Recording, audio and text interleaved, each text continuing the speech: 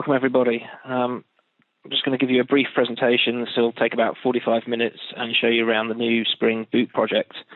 For those that don't know you, my name is Phil Webb. I'm a co-lead on Spring Boot and also a committer on the core Spring framework. So Spring Boot is a new project by Spring, and it's a project that we're introducing with the aim of getting started with Spring as quickly as possible. The idea is to take common non-functional requirements that you need for a real application and make them as easy as possible to use. We're also trying to get away from as much as possible any configuration that you'd need to duplicate. The idea with Spring Boot as well is that we're going to try and focus the attention of a number of different Spring projects. So rather than just being Spring Core or Spring Data, we present a unified way of accessing the entire Spring portfolio. It's also an opportunity for Spring to actually be opinionated about the types of technologies that you can use. Rather than go into too much detail with the slides, I want to jump straight into some code and show you how it looks. So I'm going to start by demoing a Groovy application. And if you're a Java developer, don't worry, we're going to come on to Java in a little bit, but the Groovy story is a nice way to get started. So I've got an empty directory here, and I'm just going to start by editing an example file.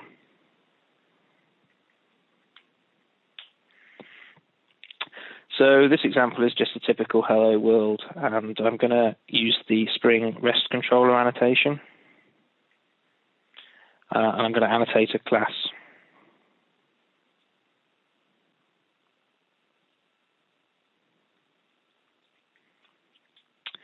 So for those who haven't seen it before, REST controller is a new annotation that's part of Spring 4, and it's basically just a combination of @controller and @response body. It just saves you typing @response body on each of your methods. It's a way of returning the result of a method directly to the screen. So I'm going to add a request mapping for the root URL, and then just return a simple message.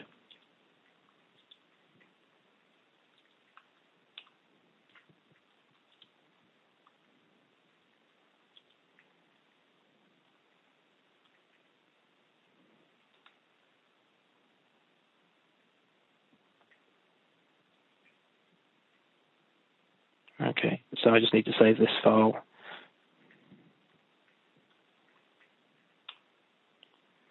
There we go. So if I want to run this application, Spring Boot ships with a small command line tool. It's about 5 meg, and you can download it either as a zip file, or if you're using a Mac, you can use the brew install to get the thing on your system. And it's basically just a Groovy compiler. So if I want to run this application, I can just use Spring run and then type in the name of the file. So here you can see the application starts. We get a running Spring Boot application, and if I hit a web browser, I should be able to look at that local address and see the response, hello world. You may have noticed that I added the --watch option, and this allows me to change the file and have it recompiled as I do. So I can simply save this file again, and then the console will recognize it, refresh, and get the immediate feedback.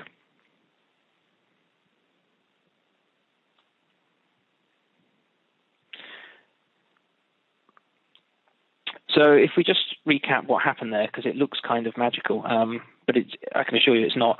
We started with a really simple example here, just a REST controller. We're doing that request mapping and returning the response. But Spring Boot is actually doing a number of things behind the scenes for us. So let's step through these and see what they are one by one. The first thing that happens is Spring Boot adds import statements for the things that you're likely to need. So I didn't have to add the import org.springframework web bind annotation just because I want to use the REST controller, because it happens automatically. And we add a number of imports for the things that you're likely to want to use. The next thing that happens is we take a look at your application and we make a guess about the type of things that you're going to need. So, for example, because this is a REST controller application, we're going to assume that you want to run it within a website. So we have a web starter. If you haven't seen it before, this grab annotation is something that Groovy provides, and it's basically the equivalent of doing a Maven build file directly in your class. So it just says, I need to get these dependencies to run the application. The next thing that happens is we add this enable auto configuration annotation, and this is part of Spring Boot that allows it to attempt to guess the configuration that you're likely to need. So again, because we're doing a REST controller, we're going to set up Spring MVC for you automatically with this annotation. And I'll cover this in a bit more detail when we get to the Java. And the last thing that happens is we have to add a main method. So this allows us to actually launch the application. And this simply delegates off to another Spring Boot class called Spring Application. And again, I'll cover that in more detail. You should note as well that this is not changing your source code. This is actually changing the compiled bytecode. So your source remains unchanged as you work on it. So if you've seen the Groovy example now and you put in all the things that happen for you, you can see that it's starting to look a lot more like a classic Java application. And we do actually provide first-class Java support in Spring Boot. So what I want to do now is take the same application that we just wrote in Groovy and write it within Java inside the IDE. So I've got an empty project set up here, and I'm using Maven for this project, but you could just as easily use Gradle if that's your preference. There's a couple of special things that I've set up. The first is that I've got some repository definitions because I'm pulling in snapshot and milestone releases because we haven't actually released a full GA yet of Spring Boot. The other thing that I've got that's important is I'm inheriting from this parent POM, and this is a nice little convenience that we provide with Spring Boot.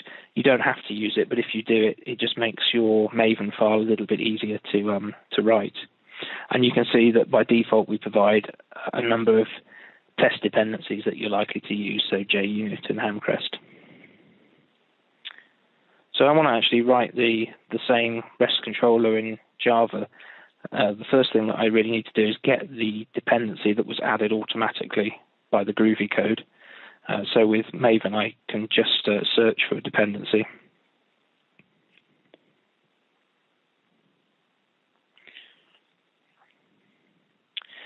Spring Boot provides a number of starter POMs, and starter POMs are just a way of grouping common dependencies that you're likely to need over and over again.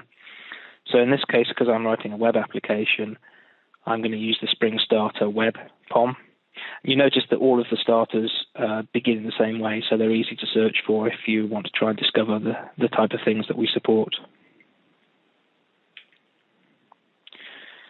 So when I save this file, you'll now see that we get a bunch of extra dependencies that have been pulled in through this starter POM. So we have Spring MVC, obviously, because we're writing a REST controller.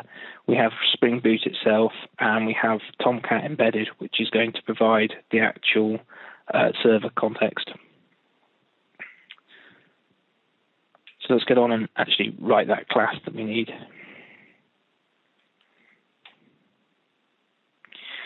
So the first thing I want to do is annotate it with REST controller as before, and then I need to add that enable auto configuration annotation because that doesn't happen automatically in the Java world. And this is just opting into the auto configuration functionality that we provide. And I want to write my actual functionality.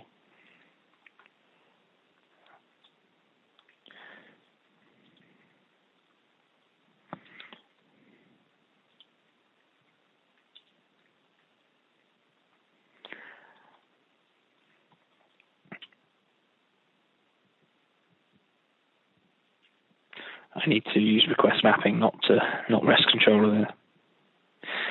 And the last thing that I need to do is add the main method. Again, something that happens automatically in the Groovy world, which you have to do yourself here. And I'm just going to delegate off to the Spring Application class and call the static convenience run method, and the source of my application is this class itself. And then I just pass through the arguments from the command line as they are. So that should be all I need to get this application running. And if I want to actually start it, I can just run from within the IDE. And hopefully this application starts up. You get the same kind of output as you do on the Groovy code. And then if I refresh my screen, you'll see that we're now running within the IDE.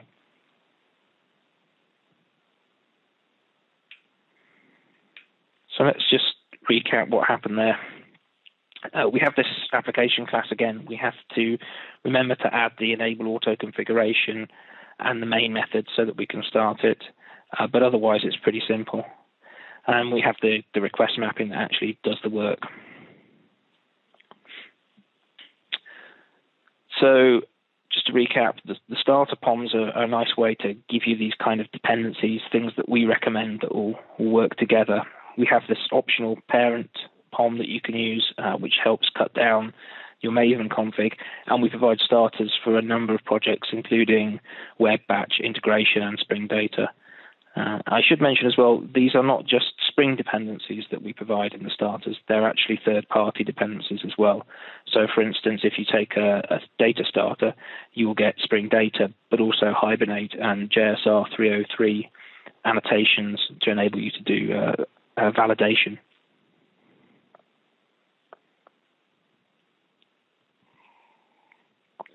The next part that we had to do was create the run method from the main and call the Spring application class. And this, in most of the time, you can just call Spring application.run. Occasionally, you may want to do some customization of your application before it starts. So if you want to, you can also use an instance of it. So this code at the top shows how I can create a Spring application and then customize it. In this case, I'm just turning off the little Spring Leaf banner that gets displayed. And then I run it as I would before. The Spring application class itself is pretty straightforward. It's only got one job, and that's to give you a Spring application context. If you're using a web application, then you get an embedded web application context, which is a new type provided by Spring Boot. And this is just a quick way of getting up and running with an embedded servlet container. And out of the box, we support Tomcat, and we also support Jetty. If you want to add additional servers, the interface is fairly simple, so it should be possible to do. If you're not writing a web application, then the application context is just a standard annotation-driven application context.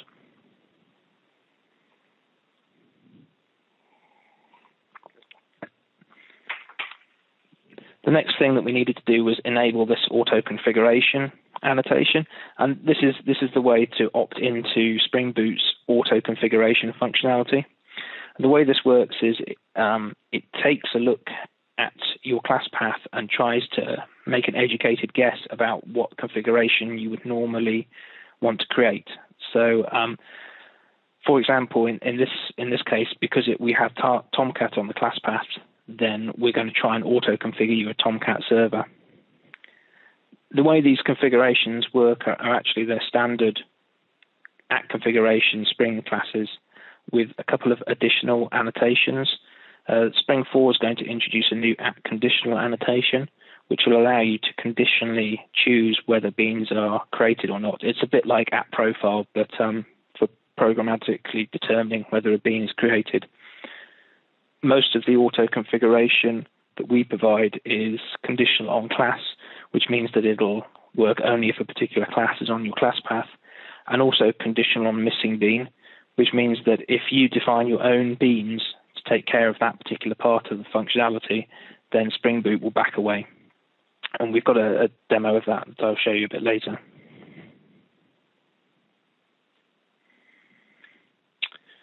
So the next thing I want to show you is how you can take this application, which is running within your IDE, and package it up so that you can actually ship it and deploy it somewhere.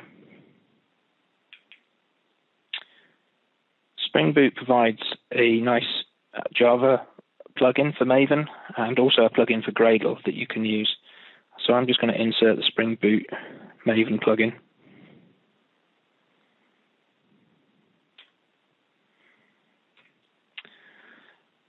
If I save that and then jump to the command line and build the project manually, we can look at the output.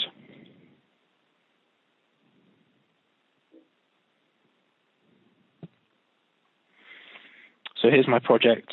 You can see the basic classes that we've got. I'm just going to do Maven clean install to build it.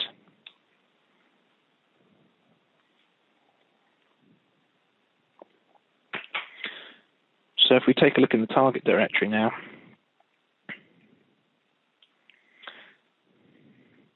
you can see that we have a couple of jar files. We have an original jar file, which is the version that Maven would normally create, and that's weighing in at about 3K, which kind of figures because we haven't written much of our own code. But we also have this new jar file that the Maven plugin has created for us, and that's about 9 meg. And this is a special type of jar that you can actually run. I'll just show you the contents of it.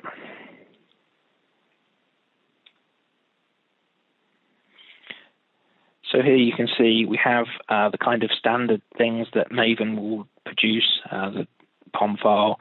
There's the class that we wrote ourselves.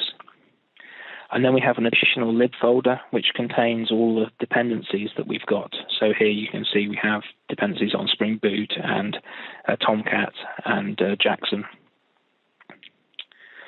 These are fairly easy to read, and it's very similar to the WAR file format that you'd normally get in WebInflib. So if you're familiar with that, it should be fairly straightforward to understand. There are also a couple of additional classes that get written, and these are just required so that we can support running natively. You don't need to worry about them too much. So if I want to run that application, I can now just type java-jar and then the name of the jar file. And this will now start up, and I can hit refresh and see that it's running.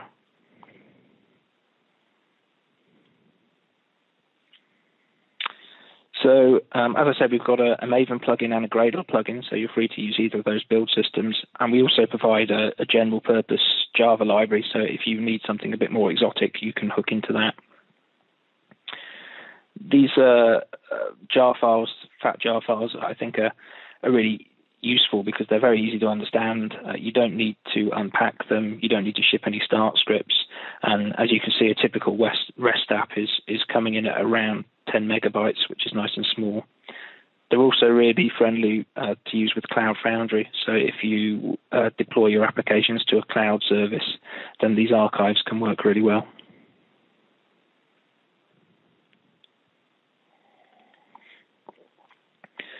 So the example application that I wrote was a web application, but you don't have to use Spring Boot to write web applications. You can actually write any type of applications. We provide a couple of little hook points that you can use. The first is a command line runner, which is a simple interface that basically mirrors the main method that you would call. So you can create a bean that implements this interface and then handle any kind of code that you want to. We also provide a convenient way of getting command line arguments actually into Spring. So anything you specify with a -- on the command line will become available in the Spring environment, and you can then inject those values straight into your beans. We use this actually internally with Boot itself, and you can configure many aspects of Boot using command line. So for instance, if you do -- server.port, you can change the port number from the default of 8080 to something that you want.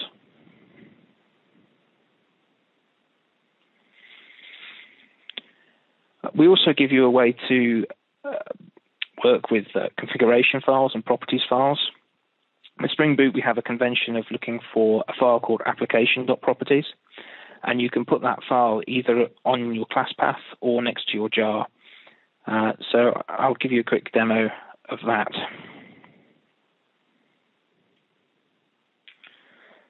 So let's change this control that we've got and make it a bit more useful. what I'm going to do is inject a value into this private field called name, which I will get from the Springs environment. And then I'll change this hello world to be hello name. So if I want to have that name configurable, I can actually create a local properties file. So let's just put one in the source main resources location.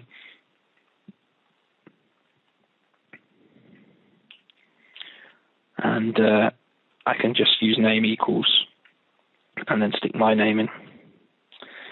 So if I run this application again,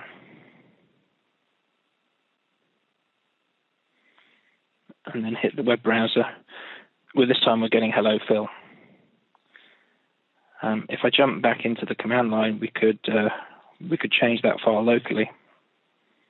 Let's just rebuild the project again.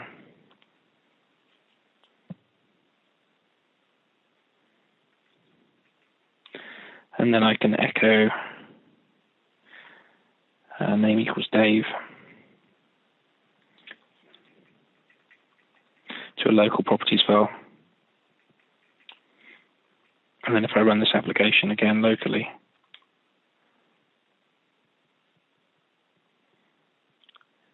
and refresh, you'll see that it's picking up that properties in preference. So we still have the properties within the jar, and that will still get applied. It's just the outer file will then take precedence.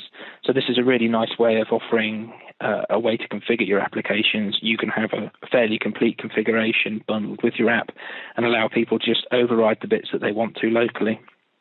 You can also use the command line arguments. So I can replace this again with a command line argument, which will take precedent from the local file.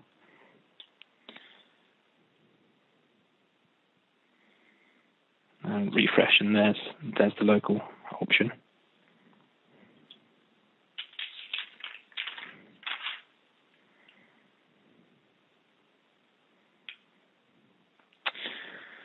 If you don't want to use properties files, you can use YAML, and YAML is really popular, especially in the Ruby world, and it's a really nice format for configuration files.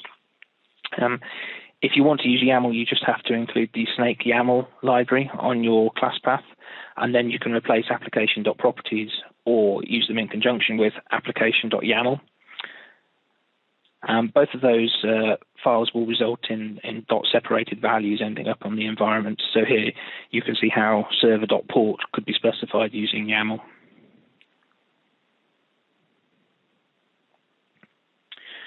We also provide a way within Spring Boot to bind properties to classes directly. This can be very useful if you've got a more structured format and you want to make sure that the properties file is correctly configured. So here we have an example where we have a class called myProperties with a couple of member variables, location and skip. And we have an @configuration properties annotation that tells Spring Boot that this is a Spring Bean that should be bound with values from the properties. So you can look and see that application.properties below defines a couple of string values, classpath.mine, XML, and skip is false, and actually binds those to real strong types within the Java world. So in this case, the Spring resource abstraction and a Boolean. Now we actually use this within Spring Boot itself. So for instance, if I show you, there's a class called server properties. And this is the properties that we use to define server settings. So you can see we have a prefix of server, and then .port was the thing that we set earlier. And there's a number of other things that you can set.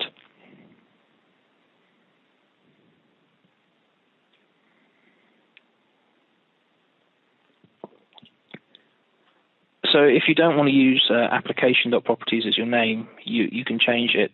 You can specify a spring.config.name or a spring.config.location if you want to change either the name or the location that file is picked up from. And you can do this either on the command line, or you can set it in the environment directly, and that will change the way that the file is picked up. So we strive to make most things in Boot customizable. So if you don't like any of the decisions that we've made, you should be able to change them with relative ease. Another nice feature about the properties files is the fact that we can support profiles with them very easily. So if you use Spring's app profile annotation, perhaps you have a different set of configuration that you use for production versus development, then you can have a different properties file that gets picked up automatically based on that convention. So here you can see that because we're enabling the development profile, application-development.properties will be loaded. With YAML, it's even nicer because you can have a nested document to define the particular profiles. To actually set the active profiles, you can use the spring.profiles.active trigger. So you can either do that on the command line or you could put it in the properties file. In fact, any way that you can get it into the environment will be respected by Spring Boot.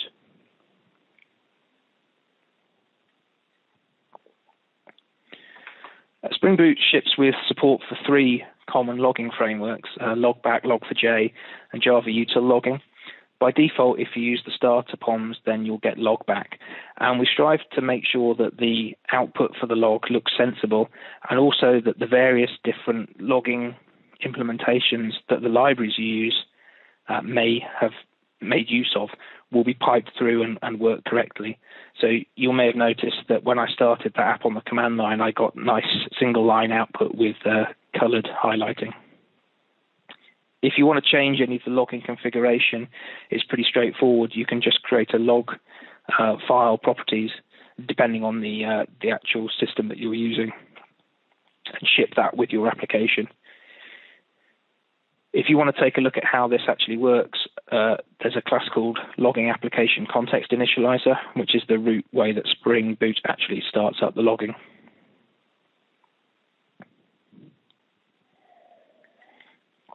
What I want to do now is really take you through a demo of how auto-configuration works, just to try and clarify a few things.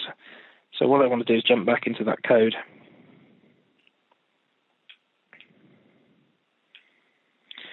What I'm going to do is change this class so that instead of printing out a name, it's going to print out information from a data source. I'm just going to inject the data source.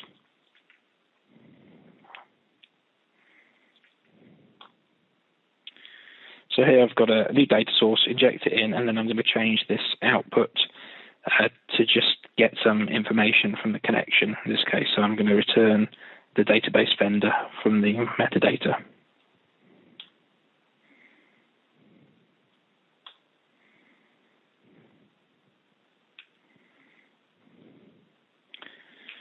So if I start this application again,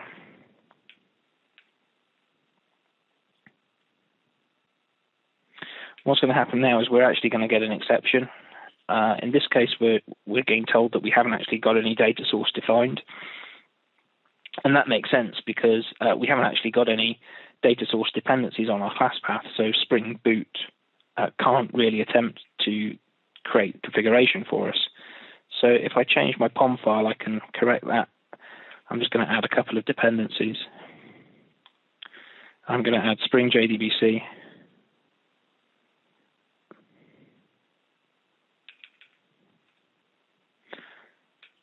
And then I'll add HSQLDB as my database.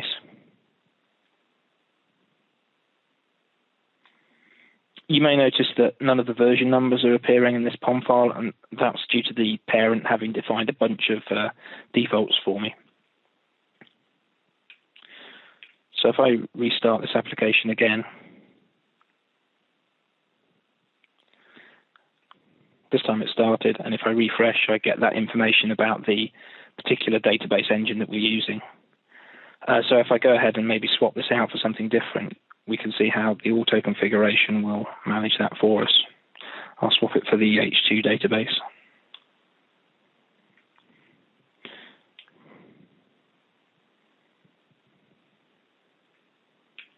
And there we go. If I was to define my own bean definition locally for a data source, then Spring Boot would see that and not get involved at all. So in this case, it's going to create in-memory databases. But if I want to move to production and point it at a real database, then that's easy enough for me to do within my own configuration.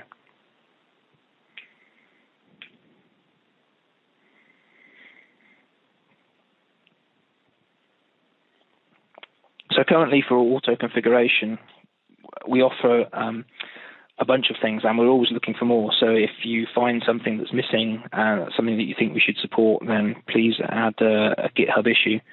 There's an interesting blog post recently about the steps that one of our team took to add support, so that's a good starting point if you want to read that. Out of the box, we currently give you support for embedded servlet containers, so we offer Tomcat and Jetty. We can auto-wire your data source and JDBC templates. We have JPA support and Spring Data JPA, so this is a really nice way of working with JPA entities, and I really recommend the Spring Data JPA project if you haven't used it already. We can also give you Timeleaf for web templating, and we have support for the usual Spring projects, Batch, etc. We also have support for Reactor, which is a new Pivotal project, which is really helpful for doing super fast data ingestion and asynchronous processing. That's a very interesting project that's getting a lot of attention. The last feature that I want to cover is Actuator. And Actuator is an additional dependency that you can add if you want to add production-ready features. So I'm going to jump back to the code and show you how that looks.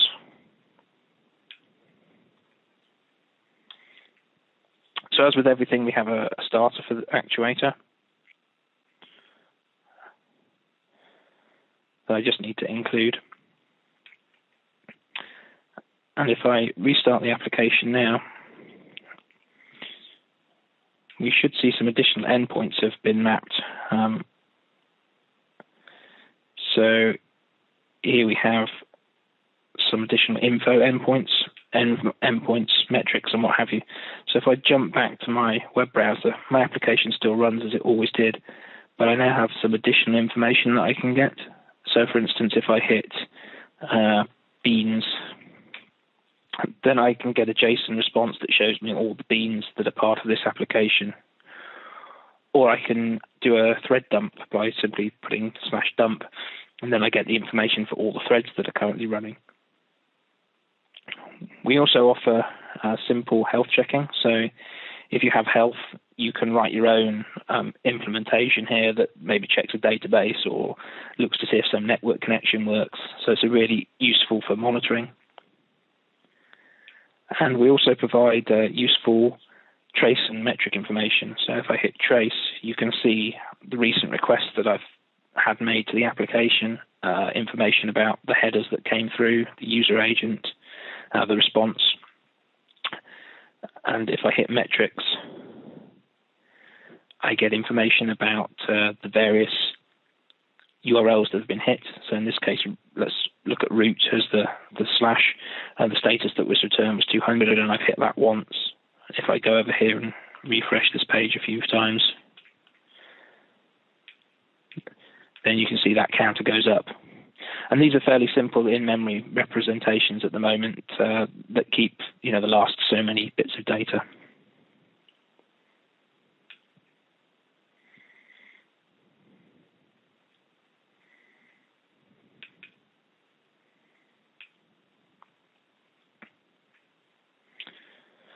So as I said, Actuator then adds these production-ready features, things that you're likely to need when you get to production. It exposes them via Spring MVC endpoints, and it provides information like the metrics and health. Either locally, you can access them using the same port. So if you're deploying to a cloud environment, that's very useful. Or if you're running in your own data center, you can also specify a different port for the Actuator endpoints. So with a simple configuration choice, you can decide to not expose them on your main site. If you want to add security to the endpoints, so some of this information you may not want exposed, then it's pretty straightforward. All you need to do is add Spring Security. So I'll just give you a quick demo of that.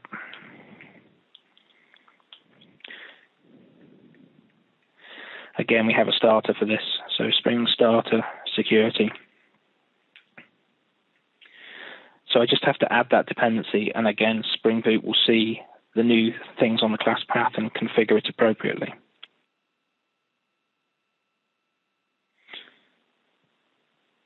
So let's start up that application again, and then try and hit the, let's try and hit a thread dump, which is sometimes sensitive.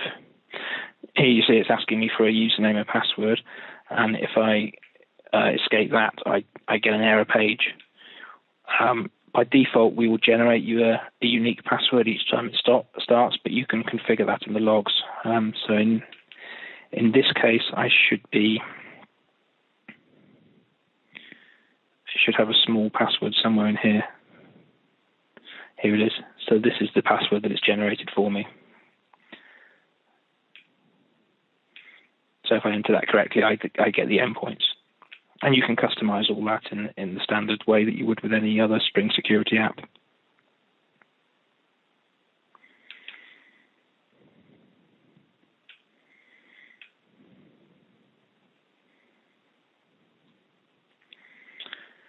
So, yeah, as I said, we have basic security enabled by default, and if you want to customize any of the endpoints, the passwords, then that's really easy to do. There's documentation on the GitHub project page.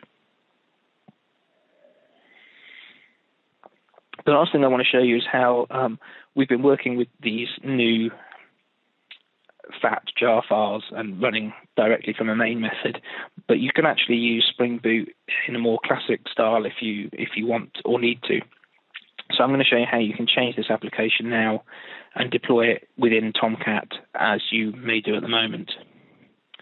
So it's pretty straightforward. All I need to do is change the packaging type to WAL, and then I have to refresh Eclipse.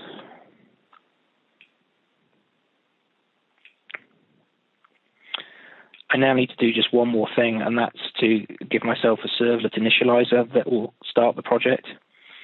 So I'll just call this init. And we actually provide a really convenient starting point that 9 times out of 10 will work for you. So if you have Spring Boot servlet initializer, you just need to override one method to tell it the main configuration class. So in this case, I want to point it back at my example class. And then rather than running from the main method, I'll start it through Eclipse's embedded Tomcat server. So here you can see I've got it deployed already. If I start that up now, see it takes a little bit longer, but there's my Spring logo for boot, and then it starts. If I head back over here and hit refresh, you'll see that we get a 404 because we're no longer the root project. I need to add the context root, and then it's asking me for the security again. Let me just take out security and show you that app still works.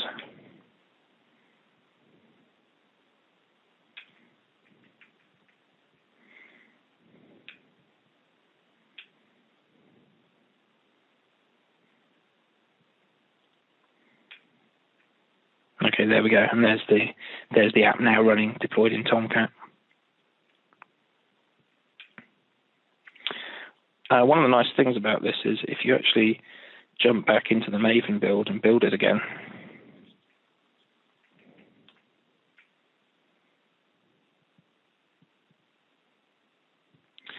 if you look in the target directory, you'll see that we still have 2 copies of our archive. We have the original one, which is obviously bigger than it previously was, but we still have a rewritten one, and this allows us to actually still run this WAR application as if it was a command line app. So I can still run java-jar and then the name of the WAR file. If you've ever used anything like Jenkins, this is a common way that you can ship an application, and it's really useful because you can have people just run it or deploy it into their own application server if that's what they prefer to do.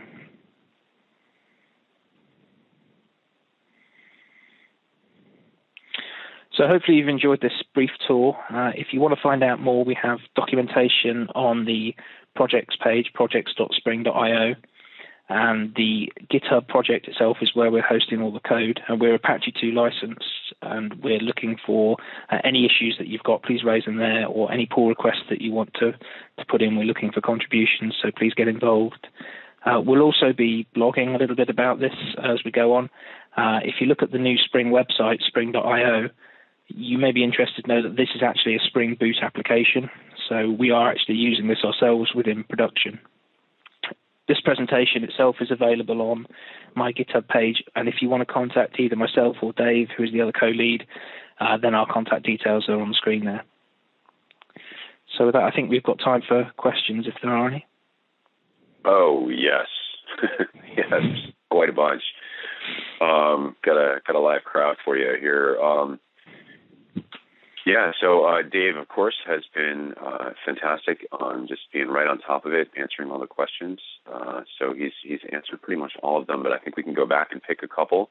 For folks, for the 290 people still on the phone, if you have additional questions, now is a great time to answer them, or excuse me, to enter them into the Q&A panel. But let's start with a couple until I'm not seeing any brand new ones pop up right at the moment. Okay, so good one was. I think this is interesting because it just talks about how Spring Boot might work with things outside of the Spring ecosystem. I think it's an important topic. Mubin Khan asks, we have applications that use a mix of Spring and Apache CXF for REST services. How would Spring Boot work in that situation? And Dave responds, it would work, but we'd lose some of the magic. He goes on to talk about writing your own plugin for boot, perhaps, that would support CXF features. Could you talk a little bit about that? Yeah, sure. So certainly we've tried to design Spring Boot so that you can opt in to as much as you want. So you'll notice that the auto configuration is something you have to opt into. So you're free to use any kind of existing technologies.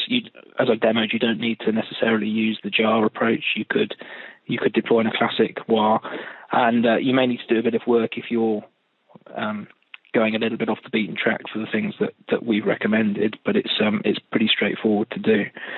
It's also, you may have noticed that when I added Actuator, the functionality was automatically enabled, and you can distribute auto configuration settings actually within your own projects if you want to. So it would be pretty straightforward to write something, to add auto configuration for your particular thing if that's what you need. So that's another thing that I think a lot of people may be interested in the future. Excellent. A couple questions coming in that Dave's answering in real time here, and I think this one is particularly worth repeating. A question asked from Devi Kiran. He asks, so Spring Boot an application server or a web server? Dave responds with neither. But if you would talk about that for a moment, I think that's a very important question. Yeah. So Spring Boot is neither, but it does offer first-class support for embedded servlet containers. So Spring Boot is really about starting a Spring application context. That's its main goal. So if you're dealing with a batch application, that obviously means that you're not dealing with web content necessarily. But once you've got that application context up and running, another aspect of Spring Boot kicks in, which gives you first-class support for embedded Tomcat. So in the demos that I've shown here, we've been using embedded Tomcat, and that's kicked in and handled the web request. But also don't forget, you can quite happily throw all that away and just deploy a boot application in whatever existing application server you use. There's nothing particularly magical about that main method. You can pick and choose the bits of Spring Boot that you want. Awesome. And a follow-on question that's definitely related from Jody Bruce. Why would you embed Tomcat? Why would you embed Tomcat? Was that the question? That's exactly correct, yes. Right, okay. Well, it again, it depends on the style of application you're writing. A lot of the Spring Boot functionality was actually driven by customer requests. So we're finding a lot of teams are working in a much more kind of DevOpsy way, building self-contained apps and then throwing them across the wire. There's a lot less to configure if you're in control of it. Obviously, when you run with Java-jar, the same thing runs, as long as you've got the same version of Java, the same thing runs wherever you are.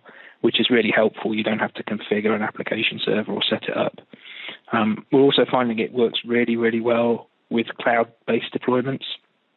So Cloud Foundry is a classic example where the Spring.io website is running on Cloud Foundry, and just embedding Tomcat means there is a lot less to worry about, because you're in control of everything. That app is just something that runs on that cloud environment, and you don't have to worry about the way that cloud environment may have configured their application server. Yep. Excellent. Thanks, Phil. Another very important question from Eric Mills. Do you have a rough estimate on when this will become GA or have an initial 1.0 release?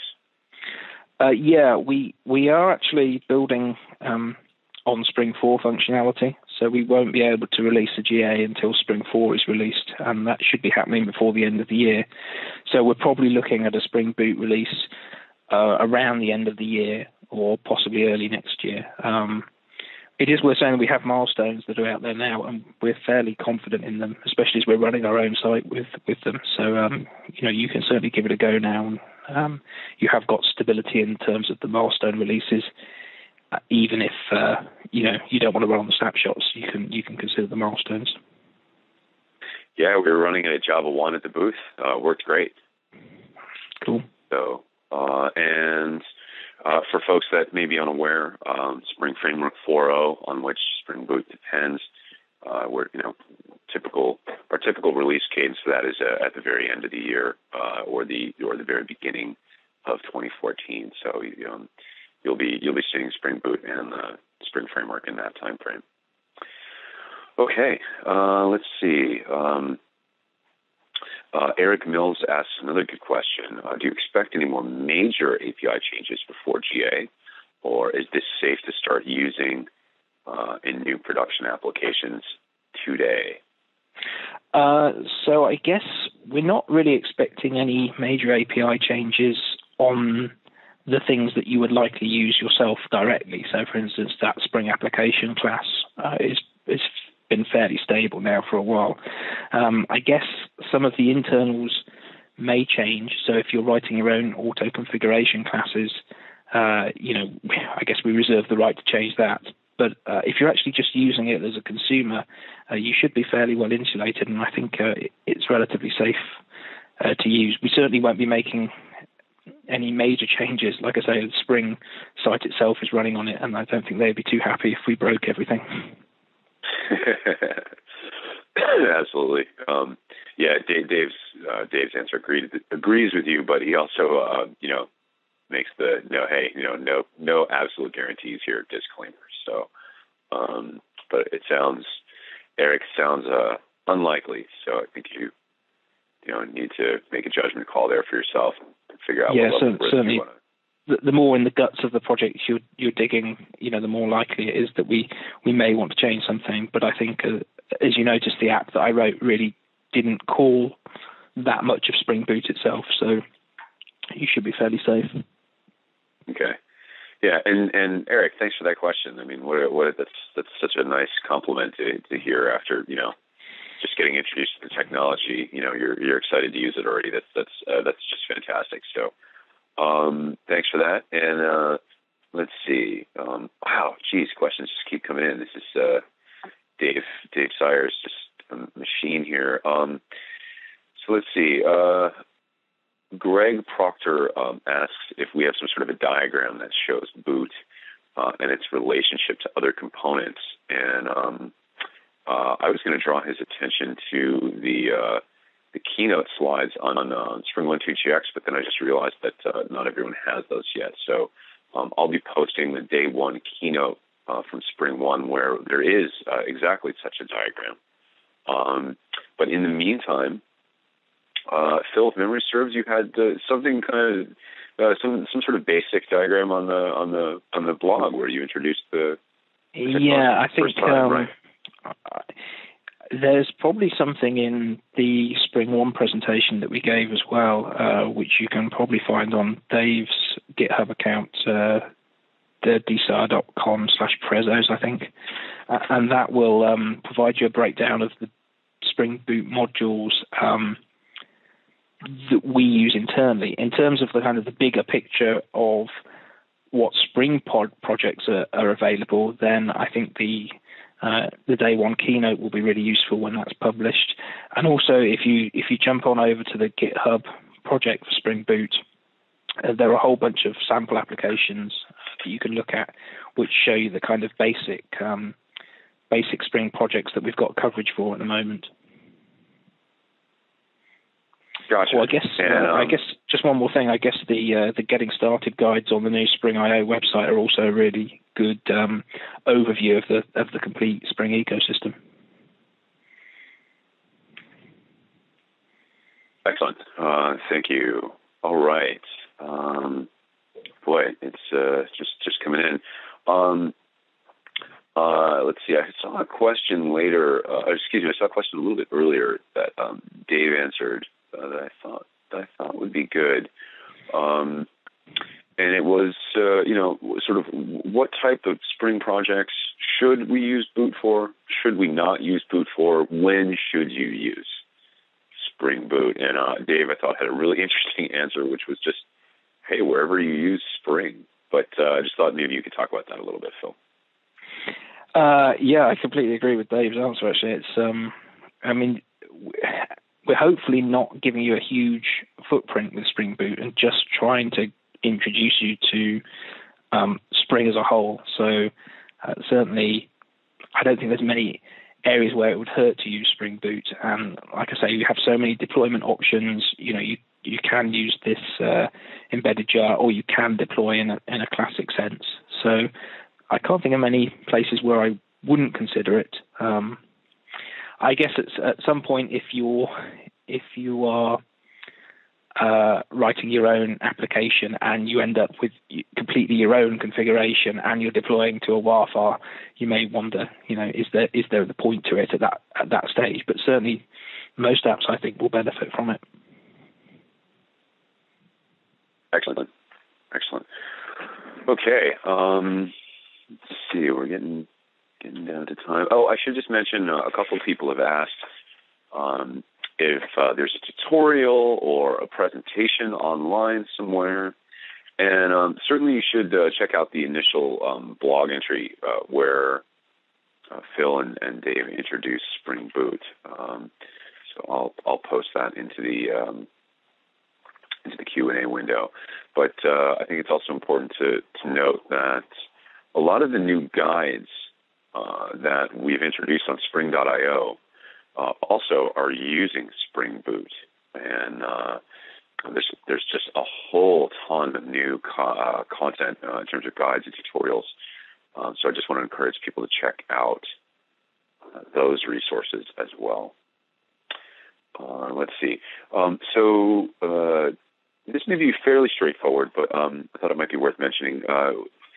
Benjamin Nidin asks, are these jars executable? And Dave responded with, a jar created with the Spring Boot tooling is executable, and you can also use something like the Maven Shade plugin. Is there any more you want to say about that, or is that just kind of straightforward, open shut? Yeah, well, it's an interesting subject, probably more than we've got time for. Java itself doesn't really offer first-class support for these kind of shaded or fat jars, so that you always have to jump through some hoops. And we think that the solution that we've got is one of the better ones. It does present, like a nice, easy view of your dependencies. Not everything's unpacked and repacked, which is nice. But you may still hit problems with it, especially if you've got third-party libraries that are doing class path scanning. You have to be they have to be doing it in a certain way to make sure that it doesn't go wrong. So, you have different options there, and if it doesn't work for you, jump out. But in practice, we've found that most things have worked for us. And if you do find something that fails, please raise an issue, because we've been able to find workarounds for some, dependencies that we've had problems with ourselves. And so it may be possible that we can get things working for you if you do find something doesn't work in that style. Yep. And there was another question in the stack I wanted to highlight, because I think it speaks to people who work at IT shops that are kind of doing this a little more traditional style. So Chinaldri asks, hey, if I want to update web.xml, how do I do that? And Dave responds, we recommend not using WebXML, but if you need to for some reason, you have to edit your own source code. Could you say a little bit more about that and just speak to the people that are kind of having to forced to work or have to work with sort of the more traditional Java EE setup? Yeah, sure. So I guess we provide these convenience methods, but they do kind of assume that you're in a Servlet 3 environment, so you can have a Servlet initializer. If you can't run with that and you need to use a WebXML, there's no reason why you can't start up a classic Spring application context and use that enable auto-configuration annotation on a regular @configuration Spring class. So that's another way of kind of hooking yourself into it. What we don't really recommend or support at the moment is having Bean XML as the entry point. You can still have Bean XML, but you really want a configuration class as your starting point, and then import Bean XML if that's what you need to run. We don't recommend that you start with XML. Excellent. Okay. Let's see. A couple of others coming in. Question from Santha. The actuators seem to address a mechanism to monitor and debug the non-functional stuff. Why was the decision made to add and package them with the app? Why was the decision made to add and package them with the app in the demo, or as a general sort of why are they separately packaged? I think as a general, but Santa, if you are still on the phone, please feel free to clarify. But that's kind of what I'm inferring from the question. Okay, I mean, I guess the main reason is because once you've got this thing bundled up and in production, it kind of makes sense to have those features always available. I know that the guys that did the website found the Actuator stuff really, really useful, just in terms of debugging. A particular request went wrong. What was those last requests? They also, with the new website, they run dual deployments, so they've always got continuous uptime, and just little things like getting the info endpoint to tell you which particular build is running in the live environment is really useful. So I guess the question is, why wouldn't you want them in the deployed with your app? Yes, Santa does go on to clarify. She just responded a moment ago, saying just in general, why would I make them part of the app? And I think you addressed that. So. Okay. Excellent. Okay. Let's see. Well, I think you covered this. There was someone asking about embedded data source options, but I think you covered the H2 or HSQLDB in your class path in the demo. Yeah, those are supported out the box as is Derby, and obviously if you need something else, that you think we should auto configure, then send us an issue. But you're free to use the standard embedded database support that's with Spring, and we just won't get involved then. So you can wire up anything you would with normal Spring as well. Gotcha. There's a couple of people commenting. The one person comments. So this isn't a question per se, but a comment, and just I'll form a question out of this in just a moment, Phil. So a couple of people saying, "Hey, this looks similar to me to what I've seen in blank," right? And I love it. It's awesome. What do you find some of the inspirations for Spring Boot have been, and in those initial customer conversations where we were having the discussion, right? What were some other inspirations that that helped bring Spring Boot to life? Sure, certainly. Yeah, we actually looked at a number of different projects, both within the kind of Java world and outside of it. So certainly Drop Wizard has been mentioned a number of times. That was certainly a very big influence, and a lot of people were saying how much they enjoyed working with that style of deployment. So that was one, and Halfpipe was another that we looked into, as well as things in the Ruby world like Sinatra that are very popular. Awesome. Thanks for that. Okay, so this is an interesting one, and I think we're almost out of time here. But okay, I think there's two more questions coming in, and I think if you don't mind, we'll go a little bit over. Is that okay? Sure. Yeah, no problem. Yeah. Okay, cool. All right, thanks. I'm sure the folks on the phone will appreciate it because we still do have, 194 people on the phone. This is awesome. So yeah, keep the questions coming, folks. So let's see. Two questions. Do you integrate with Spring Data? And Greg Proctor asks. Yes, we do. Yeah. If you have a look at the sample applications, there's actually it's pretty straightforward. Let me see if I can find it. Can you still see my screen? Yes. Yeah, you're coming in just fine, Phil.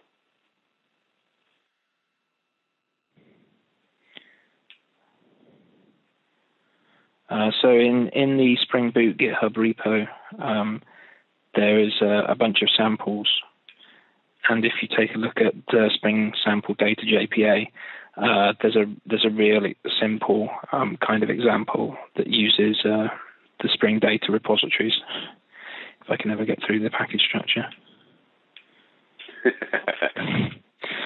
Yeah, so there, for instance, is an example of a Spring Data repository that will get picked up automatically. So that's probably the best place to have a look. That's GitHub Spring-projects, Spring-boot, and then under the Spring Boot samples, you'll find it. And Dave makes a good point in answering in the chat that we do have a number of external community presenters, community committers that contribute code to Spring Data, and we're certainly looking for contributors and new committers. As we mentioned, we support JPA and MongoDB so far, and there's lots of other NoSQL databases out there, right? And certainly even just ones we support directly with Spring Data. So would love to, gratefully receiving contributions. And if you're curious about how to get involved, just ping us on @SpringCentral at Twitter, and we'll let you know. Check out Greg's blog post as well. It's really good he contributed recently JMS support, and he documented the whole process, which is a really worthwhile read. That's right. That was just posted. So on the Spring.io blog, there is that great post on I think it was how to fork and contribute to Spring Boot. Yeah. Yeah. So please have a look at that. I'll post the link here in the chat if I can dig it out while we're talking here. So another good question. Edwin Cruz asks, what's the minimum disk and memory footprint for Spring Boot? And I think this just kind of gets to, hey, what's the overhead, that I'm incurring here? What price am I paying? Yeah, interesting. Actually, I've never measured it. It's an interesting question because it really depends on what you're using. Spring Boot itself is fairly light. There's not a great deal of code in it, itself, and it has a lot of optional dependencies. It depends on what you end up pulling in. So you saw that REST example was coming in at about 10 meg, and I think I've done a Spring Data sample that I think rolls in at about maybe 12 meg. With Hibernate and JPA support. But, it depends on what dependencies you pull in as to how big that project gets. But Spring Boot itself is pretty light. And I'm going to post that. Link. I did find that to contributing to Spring Boot. So I'm just going to post that right now to everyone back in response to Greg Proctor's question. So I'm working on that right now. Okay, great. Let's see. So does Colin Plank asks, does Spring Boot play nicely with dependent projects that have Spring 3.2 transitive dependencies? Dave responds that Spring 4 is required for the autoconfig features, but that you can use some of the Spring application features embedded servers with Spring 3.2 Do you want to say more about that, or did that? Yeah, I guess the only thing I'd add is that we do strive really hard within Spring, the core framework, to retain binary back compatibility. So if you're not using deprecated features from 3.2, if a Spring application that's built against 3.2 doesn't work with Spring 4, then that's normally considered a bug and you should report it, and we will do our best to fix it. So yeah, you need Spring 4 to use Spring Boot, but there's no reason why projects built against older versions of Spring shouldn't be compatible with Spring 4. Okay, great. So we're down. We're down from our high watermark. We're down to about 150 people still on the phone. So seems like the Q&A is kind of winding up here. I'm gonna just give a couple more moments for folks to ask last questions. While you're thinking about any last questions, and if you have any, just want you to realize that we do post replays of the webinars on our YouTube channel, which I just posted in the chat window, youtube.com/SpringSourceDev. And we typically take we say within 2 weeks, but if things aren't insane around here, we usually try to get to them pretty quickly. So you can look for the replay on that. And then what we try to do is also, if there are links to various GitHub repos or sample code, presentation slides, we try to put those in the description of said YouTube video as well, so that you have something really self-contained you can share with your employees or your coworkers, at a brown bag lunch or at the next monthly tech talk kind of thing. So I also wanted to just draw your attention to a couple of upcoming webinars that are really, really interesting. And if you are interested in things like WebSocket, or if you're interested in Hadoop, I've got some pretty cool webinars coming up. Next one is on October 3rd, which is a Thursday, and that's going to be about building big data applications with Hadoop and Spring, and we'll talk quite a bit about the new Spring XD project, which was promoted, sort of unveiled, at a large scale for the first time at Spring 1, although we've been having milestone releases throughout 2013. And also join us for another webinar in October, on October 8th. And Rawson Stoyanchev is going to be talking about building WebSocket browser apps with Spring. So he'll talk quite a bit about sort of messaging and working with SockJS, which is a JavaScript library that Pivotal is instrumental in contributing to.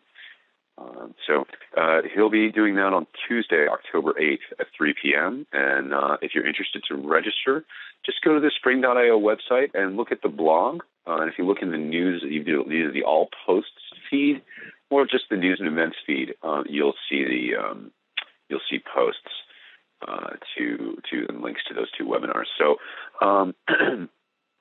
by the way, I had one request just while we're finishing up here, Phil. Could you bring back that slide that has kind of the main URL links? Sure. Thank you. Yeah, totally. And thank you for mentioning that, Manjit. I usually try to remember to do that while we're doing the Q&A. But okay, wonderful. Yeah, so you can see the documentation links right there. You can see the GitHub page link right there. And again, there's a blog enter too. In the blog feed currently on Spring.io that I think what will interest you and are related to Spring Boot. Dave and Phil are very approachable and findable on Twitter or email. So, but just want to share, Phil and Dave, a lot of comments of, wow, this is, thank you so much for the answers, and this thing is awesome, and just some really cool comments in the chat here. So, it's no wonder that you guys were the runaway favorite presentation at Spring 1 this year. And, congratulations. This is just some really cool stuff. So thanks for your time, guys. And if you want to say anything in closing, now is a great time. Just thanks everyone for watching, and looking forward to any feedback that you might have. So, cheers. Take care, everyone. Hope to see you at the next webinars. Have a great day.